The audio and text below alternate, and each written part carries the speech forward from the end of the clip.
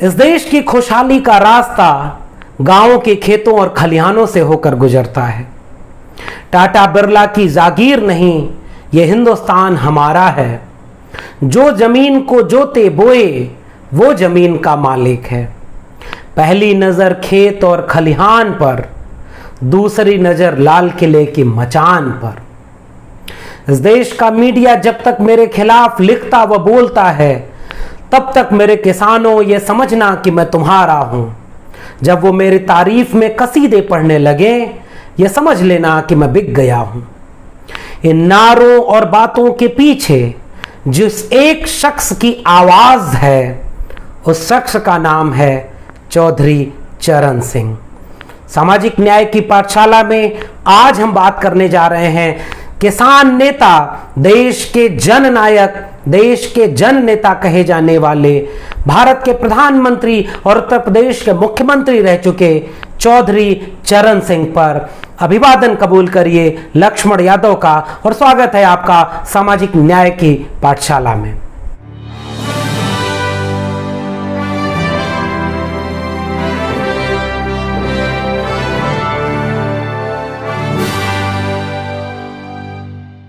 उत्तर प्रदेश के मेरठ जिले में बाबूगढ़ छावनी के निकट नूरपुर गांव में काली मिट्टी की अनगढ़ और फूस की छप्पर वाली मड़ैया में 23 दिसंबर 1902 को चौधरी चरण सिंह का जन्म हुआ। पिता चौधरी मीर सिंह से विनम्रता, सहजता, मृदुभाषिता के साथ साथ कृषक कामगार चेतना विरासत में मिली थी। चौधरी साहब के 6 साल की उम्र में पिता मीर सिंह सपरिवार नूरपुर से आकर जानी खुर्ज के पास भूपगढ़ी में बस गए। भूपगढ़ी ही चौधरी साहब का अपना पुश्तैनी इलाका बन गया। आगरा विश्वविद्यालय से कानून की पढ़ाई पूरी कर 1928 में चौधरी साहब वकालत के पेशे में अपना हाथ आजमाते हैं, लेकिन जहन में एक आजाद ख्याली और क्रांतिकारी चेतना के चलते वह जंगे आजादी में शामिल हो जाते हैं। कांग्रेस के 1929 के लाहौर अधिवेशन में जब पूर्ण स्वराज की घोषणा होती है, उसके बाद गाजियाबाद में चौधरी साहब कांग्रेस कमेटी का गठन करते हैं। 1930 में महात्मा गांधी के सविनय अवज्ञा आंदोलन से प्रभावित होते हैं और नमक कानून तोड़ने के आंदोलन में शरीक होते हुए गाजियाबाद की सीमा पर बहने वाली हिंडन नदी के किनारे आंदोलन करते हैं और नमक बनाते हैं। इसके चलते उन्हें गिरफ्तार करके 6 महीने जेल की सजा होती है। 1940 के व्यक्तिगत सत्याग्रह में भी चौधरी साहब गिरफ्तार होते हैं और अक्टूबर 1941 में रिहा किया जाता है। 9 अगस्त 1942 को अगस्त क्रांति के माहौल में भी मेरठ, हापुड़, गाजियाबाद, मवाना, सरथना, बुलंदशहर के गांवों में गुप्त होकर के, भूमिगत होकर के चौधरी साहब क्रांतिकारी संगठन तैयार करते हैं। 1937 से छपरौली में विधानसभा के लिए उत्तर प्रदेश में चुने जाते हैं। 1946, 1952, 1962 और 1967 में विधानसभा में इस क्षेत्र का प्रतिनिधित्व करते हैं। वे सबसे पहले 1946 में गोविंद बल्लभ पंत की सरकार में संसदीय सचिव बनते हैं। 52 में वह संपूर्णानंद के मंत्रिमंडल में राजस्व एवं कृषि मंत्री बनते हैं। किसान मसलों की बात करें तो चौधरी साहब इस देश के सबसे प्रमुख किसान नेताओं में सबसे अग्रणी पायदान पर गिने जाते हैं। 23 दिसंबर 1978 को दिल्ली के बोट क्लब में ऐतिहासिक किसान रैली का यह मजमा देखिए। कहा जाता है कि यह अपने दौर का सबसे बड़ा आंदोलन, सबसे बड़ी जुटान थी। चौधरी साहब किसान नेता माने जाते हैं। उनके द्वारा तैयार किया गया जमींदारी उन्मूलन विधेयक राज्य के कल्याणकारी सिद्धांत पर आधारित था। 1 जुलाई 1952 को यूपी में जमींदारी प्रथा के उन्मूलन और गरीबों को मिलने वाले हक में चौधरी साहब की महती भूमिका होती है। उन्होंने लेखपाल के पद का सृजन किया। किसानों के हित में उन्होंने 1943 में चकबंदी कानून और 1954 में उत्तर प्रदेश भूमि संरक्षण कानून को पारित कराने में अहम भूमिका निभाई। अपने मुख्यमंत्री काल में चरण सिंह ने एक मेजर डिसीजन लेते हुए खाद पर से सेल टैक्स हटा दिया।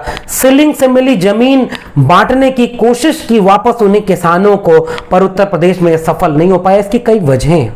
1952 में पटवारियों का आंदोलन हुआ, 28,000 पटवारियों को उनके पद से हटा दिया और वहां लेखपालों की नियुक्ति की। उत्तर प्रदेश में भूमि सुधार का अगर थोड़ा भी श्रेय किसी एक राजनेता को दिया जाता है तो वह चौधरी चरण सिंह है। ग्रामीण देनदारों को राहत प्रदान करने वाला विभागीय ऋण मुक्ति विधेयक 1939 में तैयार किया और इसे अंतिम रूप देने में महत्वपूर्ण भूमिका निभाई। उनके द्वारा की गई पहल का ही परिणाम था कि उत्तर प्रदेश में मंत्रियों के वेतन और उन्हें मिलने वाले अन्य लाभों को काफी कम कर दिया गया था। मुख्यमंत्री के रूप में जोत अधिनियम 1960 को लाने में इनकी महत्वपूर्ण भूमिका थी। यह अधिनियम जमीन रखने की अधिकतम सीमा को कम करने के उद्देश्य से लाया गया ताकि राज्य भर में एक समान जमीन का वितरण किया जा सके, लेकिन भूमि सुधार का यह एकमात्र प्रयास कामयाब न हो सका। इस नेता यानी भूमि सुधार वाले जन नेता चौधरी चरण सिंह के बारे में आपको जानना चाहिए। 3 अप्रैल 1967 को उत्तर प्रदेश के मुख्यमंत्री बनते हैं। 17 अप्रैल 1968 को उन्होंने मुख्यमंत्री के पद से इस्तीफा दे दिया। मध्यावधि चुनाव में उन्होंने अच्छी सफलता हासिल की। दोबारा 17 फरवरी 1970 को वो मुख्यमंत्री बने। उसके बाद वो केंद्र सरकार में गृह मंत्री बने तो उन्होंने मंडल और अल्पसंख्यक आयोग की स्थापना में महत्वपूर्ण भूमिका निभाई। 1979 में वित्त मंत्री और उप प्रधानमंत्री के रूप में राष्ट्रीय कृषि व ग्रामीण विकास बैंक यानी नाबार्ड की स्थापना की। 28 जुलाई 1979 को चौधरी चरण सिंह ने समाजवादी पार्टियों व कांग्रेस यू के सहयोग से प्रधानमंत्री पद की शपथ ली। 1979 में प्रधानमंत्री बनने के बाद चरण सिंह ने कुलाक बजट पेश किया, जिसे कहा जाता है कि बड़े किसानों का फायदा हुआ। कुलाक रूस में बड़े किसानों को कहा जाता है। चौधरी चरण सिंह ने प्रधानमंत्री बनने के बाद शाह कमीशन बनवाया और इंदिरा गांधी के खिलाफ रोज गवाहियां दिलवाते, रोज बयान होते। आखिरकार उन्होंने इंदिरा गांधी को गिरफ्तार किया और मानने वाले कहते हैं कि इस घटना का एक नकारात्मक असर हुआ और इंदिरा गांधी को सिंपैथी गेन हुई। चौधरी चरण सिंह विभिन्न पदों पर रहते हुए उत्तर प्रदेश की सेवा की और उनकी ख्याति कड़क नेता के रूप में सामने आती है। प्रशासन में अक्षमता को बर्दाश्त न करने वाले, भाई भतीजावाद के खिलाफ, भ्रष्टाचार को बिल्कुल बर्दाश्त नहीं करती। प्रभावशाली सांसद और व्यवहारवादी चरण सिंह वाक्पटुता और दृढ़ विश्वास के नाते अपनी एक अलग पहचान रखते। वो एक निहायत साफ गोई वाला, सादगी वाला जीवन जीते थे। पढ़ने लिखने में दिलचस्पी रखते थे। उनकी कई किताबें बेहद दिलचस्प हैं जिन्हें आपको जरूर पढ़ना चाहिए। अबॉलिशन ऑफ जमींदारी यानी जमींदारी उन्मूलन, India's poverty and it's solution यानी भारत की गरीबी और उसका समाधान, किसानों की भू संपत्ति या किसानों के लिए भूमि, prevention of division of holding below a certain minimum, cooperative farming act रेज। प्रधानमंत्री बनने के बाद भी कहा जाता है कि वो कोई लाव लश्कर लेकर नहीं चलते थे, सादगी से रहते थे और बेहद सादगी से सफर किया करते थे। वो अपनी कार में चलना पसंद करते थे। वो हवाई जहाज से चलने में दिलचस्पी नहीं रखते थे। भूपगढ़ी के मुन्नू हलवाई के पेड़े उन्हें बहुत पसंद थे। प्रधानमंत्री बनने के बाद भी जब वो भूपगढ़ी गए तो उन्होंने मुन्नू हलवाई के पेड़े जरूर खाए। संत कबीर के अनुयायी माने जाते हैं। कबीर के जाने कितने दोहे चौधरी साहब को याद थे। वो धोती और देसी लिबास में रहते थे। एक HMT की घड़ी पहनते थे, वह भी उल्टी। वो 100% शाकाहारी थे, तंबाकू और सिगरेट तक का सेवन नहीं करते थे। यानी यह पूरा एक व्यक्तित्व जो देसी भदेश छवि के साथ एलीट कुलीन अंग्रेजीदा शहरी राजनीति के व्याकरण में हस्तक्षेप करता है और गांव कस्बे के एक आम व्यक्ति की छवि लेकर के देश की संसद से लेकर के लाल किले की प्राचीर तक खड़े होकर के भाषण देता है, जिसके भदेशपन में गांव, गरीब, किसान, मजदूर की आवाज शामिल होती।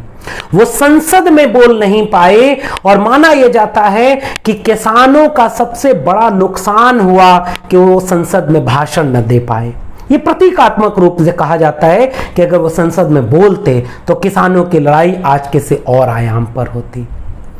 अब इसके साथ कुछ ऐसी बातें जो शायद चौधरी साहब से न जुड़ी होती तो कितना अच्छा होता। यहां मैं राजनीति के उस मूल्यांकन की ओर आपको ले चलना चाहता हूं जहां आप यह विश्लेषण करें कि कांग्रेस विरोध की जो जमीन दीनदयाल उपाध्याय के साथ मिलकर के डॉक्टर लोहिया ने बनाई थी, किस तरह चौधरी चरण सिंह कांग्रेस विरोध की जमीन पर खड़े होकर के गैर कांग्रेसवाद की राजनीति को मजबूत करते हैं, लेकिन लगे हाथ दक्षिणपंथी राजनीति भी इसमें शामिल हो जाती है। 1 अप्रैल 1967 को जब कांग्रेस छोड़ते हैं और उसके बाद जब 2 दिन बाद चौधरी साहब उत्तर प्रदेश के मुख्यमंत्री बनते हैं तो उनकी सरकार में सोशलिस्ट पार्टी, प्रजा सोशलिस्ट पार्टी, कम्युनिस्ट दलों के साथ साथ जनसंघ भी शामिल होता है। उनके समर्थन से ही जगजीवन राम की जगह मोरारजी देसाई प्रधानमंत्री बनते हैं। एक किस्सा उस समय का मिलता है कि जब चौधरी साहब वेलिंगटन अस्पताल में भर्ती थे, जनता पार्टी के सभी सांसदों को जेपी ने गांधी पीस फाउंडेशन में बुलाया। वहां नेता चुने जाने के लिए पर्चियां डाली जाने लगी थी। उस वक्त एक खेल खेला गया जिसमें राजनारायण का इस्तेमाल किया गया। सांसदों से कहा गया कि अगर आपने मोरारजी देसाई का समर्थन नहीं किया तो जगजीवन राम प्रधानमंत्री बन जाएंगे। कई सांसदों ने बाद में यह बताया कि चौधरी साहब ने इसे अपनी गहरी भूल मानी और उनके चलते जगजीवन राम प्रधानमंत्री नहीं बनते, मोरारजी देसाई प्रधानमंत्री बनते। इस किस्से के पीछे जो दबी हुई एक आवाज है उसको पकड़िए। पहली बार इस देश का प्रधानमंत्री एक दलित बनने वाला था जो नहीं बन पाया। गैर कांग्रेसवाद की राजनीति को मजबूत करने वाले चौधरी चरण सिंह मोरारजी देसाई सरकार से समर्थन वापस लेने के समय उसी कांग्रेसी साजिश के शिकार भी हो जाते हैं और उन्हें मौका दिया जाता है कि आपको 20 अगस्त को अपना बहुमत साबित करना है। 19 अगस्त को इंदिरा गांधी अपना समर्थन वापस ले लेती हैं। मध्यावधि चुनाव होता है और संजय गांधी के पूरे नेतृत्व के साथ इंदिरा गांधी फिर से सरकार बनाती हैं। तो जो जनता पार्टी, समाजवादी धड़े मिल करके गैर कांग्रेसवाद की एक नई राजनीति की शुरुआत कर रहे होते हैं, वहां भी चौधरी साहब इस बात में शामिल हो जाते हैं कि वह सरकारें कमजोर होकर टूट जाती। राजनीतिक विश्लेषक इसको कई किस्म से विश्लेषित करते हैं कि उस समय का जो आंतरिक समीकरण था वो इतना खिलाफ हो गया था कि जिस गैर कांग्रेसी वाद की जमीन पर मोरारजी सरकार चल रही थी वह लगातार जनसंघ और तमाम धड़ों के दबाव में दलितों, पिछड़ों और वंचितों के नेतृत्व में जितनी राज्य सरकारें थी उनको गिराने का काम कर रही थी। हरियाणा से लेकर के उत्तर प्रदेश और बिहार में कहीं कर्पूरी ठाकुर, कहीं रामनरेश यादव, कहीं ताऊ देवीलाल इनके खिलाफ काम कर रही थी, जिसके नाराजगी के चलते चौधरी साहब मोरारजी देसाई सरकार को गिराते हैं।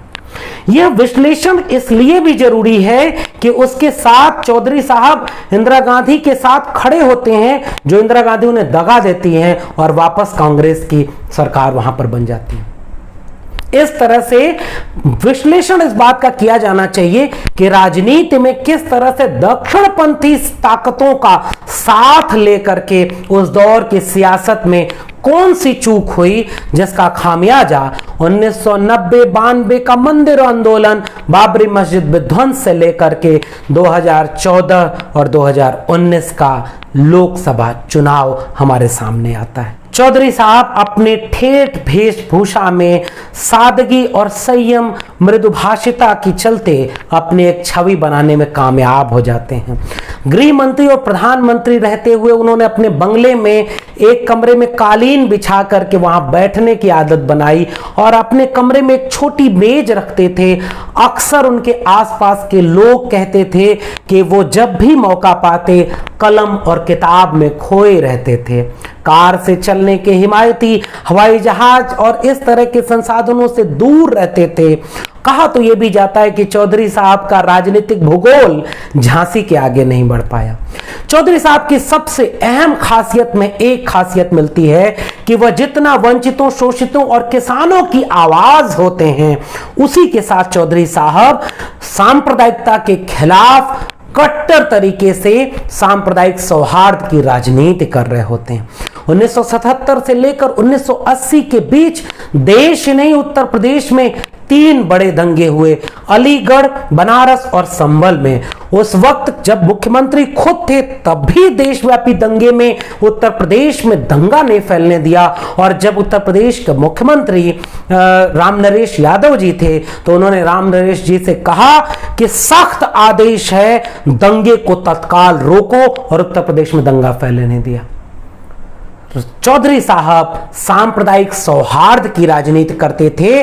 वहां से सफर शुरू करके मुजफ्फरनगर दंगे तक के यात्रा पर आपको विश्लेषण करना है कि किसान, मजदूर, वंचित, शोषित, दलित, पिछड़े, आदिवासियों की बात करने वाले, राजनीति के पुरोधा, समाजवादी आंदोलन के अगुआ, इस नेता की विरासत जिन लोगों के हाथ में गई, उन्होंने क्या किया? समाजवादी धड़े में सबसे ज्यादा बिखराव हुआ। जनता पार्टी, जनता दल के कई धड़े बने।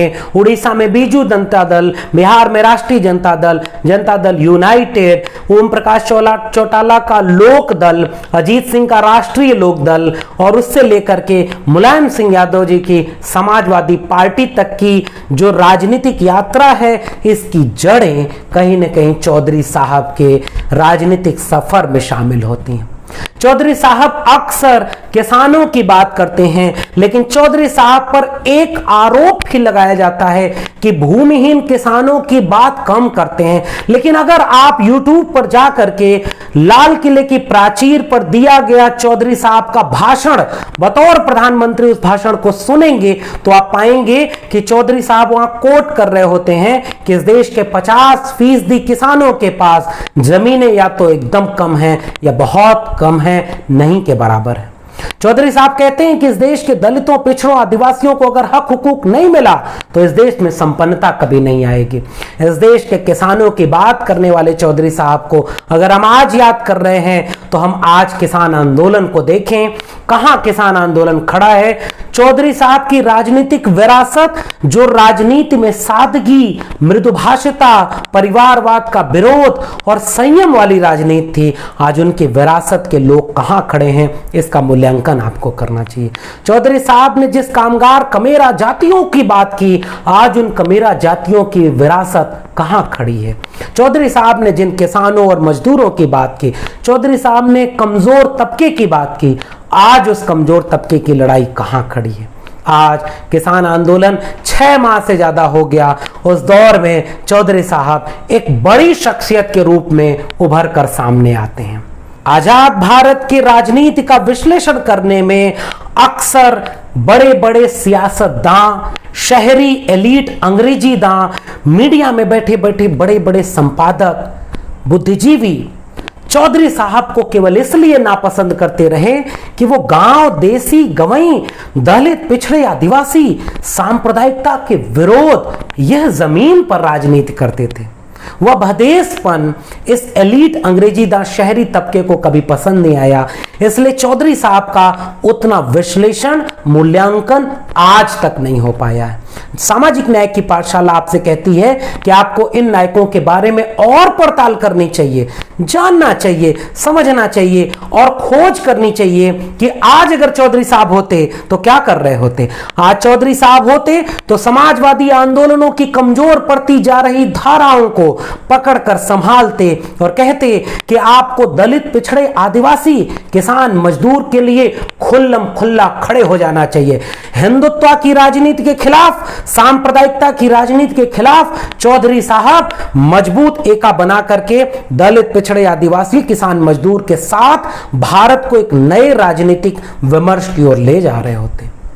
मूल्यांकन आपको करना है, हमको करना है। शहरी एलीट अंग्रेजीदा कुलीन जाति के विश्लेषक कभी इन लोगों का वह विश्लेषण नहीं करेंगे, क्योंकि वो लगातार इस बात से चिढ़ते थे कि यह कैसे भारत के प्रधानमंत्री की कुर्सी तक पहुंच करके टाटा बिरला की जागीर नहीं, यह हिंदुस्तान हमारा है जैसा नारा देते हैं। और आज अगर चौधरी साहब होते तो कहते अंबानी अडानी की जागीर नहीं, यह भारत देश हमारा है।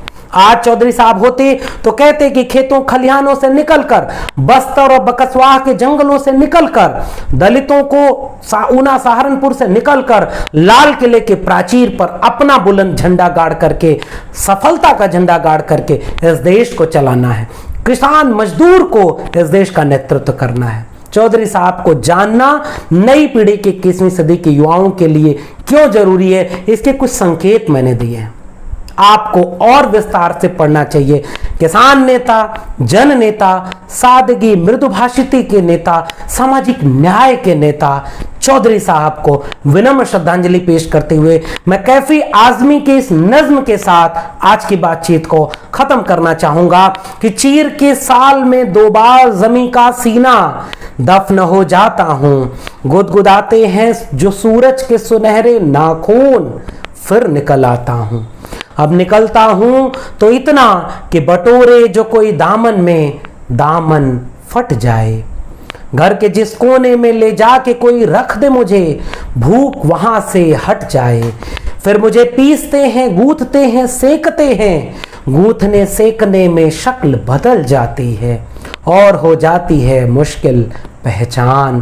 फिर भी रहता हूं किसान, वही खस्ता बदहाल, कर्ज के पंजाए खूनी में निढाल। इस दराती के तुफैल, कुछ है माजी से गनीमत मेरा हाल। हाल से होगा हंसी इस्तकबाल, उठते सूरज को जरा देखो तो हो गया सारा उफूक लालो लाल। जब भी आप किसान की बात करें तो भूमिहीन सीमांत किसानों की बात करें, उनकी तस्वीरों को याद करें। कैफी आजमी की नज्म में वो जो भूमिहीन कमजोर किसान है जिसकी पहचान खोती जा रही है, उससे लेकर के बोट क्लब के मैदान में जब चौधरी साहब किसान सम्मेलन कर रहे थे, वहां से जोड़ते हुए आज के किसान मजदूर के सवालों से अपने आप को जोड़ें। अगर आप असली देशभक्त हैं तो आप किसान मजदूर के साथ खड़े होंगे, सामाजिक न्याय के साथ खड़े होंगे, चौधरी साहब के अधूरे सपनों को पूरा करने के लिए खड़ा होंगे। आपको यह बातचीत कैसी लगी नीचे कमेंट बॉक्स में जरूर लिखिएगा। अगर आपको यह बातचीत अच्छी लग रही हो तो इस चैनल को सब्सक्राइब करिए, शेयर कीजिए, ताकि हम उन इतिहास को मुकम्मल तरीके से दर्ज कर सकें जो आज तक दर्ज नहीं हुआ। बहुत बहुत शुक्रिया, धन्यवाद।